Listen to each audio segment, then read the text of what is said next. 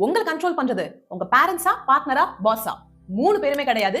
இந்த ticking machine தான். Welcome to the series of 10 harmless inventions that changed human behavior forever, episode number 2. ஸ்ட்ரெஸ்ஸுக்கே stress கொடுக்குற கடிகாரம். இந்த modern clocks use பண்றதுக்கு முன்னாடி 1500 BCE சன்டேல்ஸ், 400 BCE water clock, candle clocks, astronomical clock பல இது use பண்ணிருக்கோம். But all that was based on nature. Sunrise, sunset, stars, season இதை base பண்ணி இருந்ததுனால it was flexible and it was circular. First mechanical கிளாக்கை 14th centuryல சர்ச்ல கரெக்டா டைம்க்கு bell அடிச்சு ப்ரே பண்ணணும் அப்படின்றதுக்காக கொண்டு வராங்க.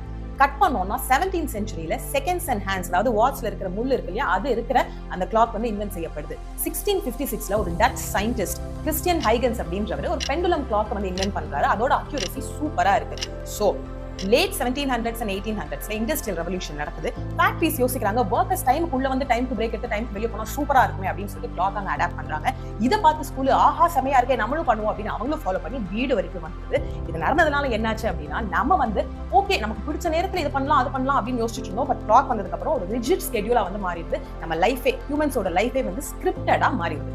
சன் பேஸ் பண்ணி நம்மளோட ஒர்க் ஷிஃப்ட் இருந்தது மாதிரி கிளாக் பேஸ் பண்ணி ஆயிடுச்சு. ஹியூமன் இன்ட்யூஷனை பேஸ் பண்ணி உனக்கு பசிச்சா நீ சாப்பிடு, டயர்டா இருந்தா தூங்கு அப்படின்றது மாதிரி 1 மணி ஆச்சு நீ சாப்பிடு, 10 மணி ஆச்சு நீ தூங்கு அப்படின்னு சொல்லி எல்லாமே ஸ்கெடியூலா மாறிடுச்சு.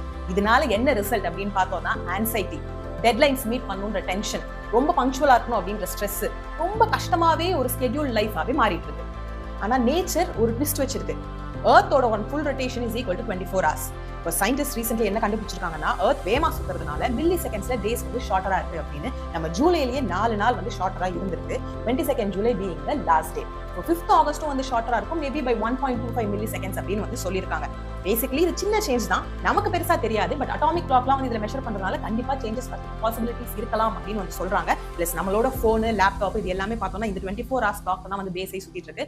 சோ ஃபியூச்சர் எப்படி நடக்கும் அப்படின்னு நம்மளால ஒன்றும் சொல்ல முடியாது. நீங்க என்ன நினைக்கிறீங்க? இது வந்து ஒரு அழகான இன்வென்ஷனா இல்ல ஆன்சைட்டியா அப்படின்றத கமெண்ட் செக்ஷன்ல மென்ஷன் பண்ணுங்க. உங்க ஃப்ரெண்ட்ஸ்க்கு இதை ஷேர் பண்ணுங்க. நெக்ஸ்ட் எபிசோட்ல ஒரு சர்ப்ரைஸ் வச்சிருக்கேன், மறக்காம ஃபாலோ பண்ணிட்டு பாருங்க.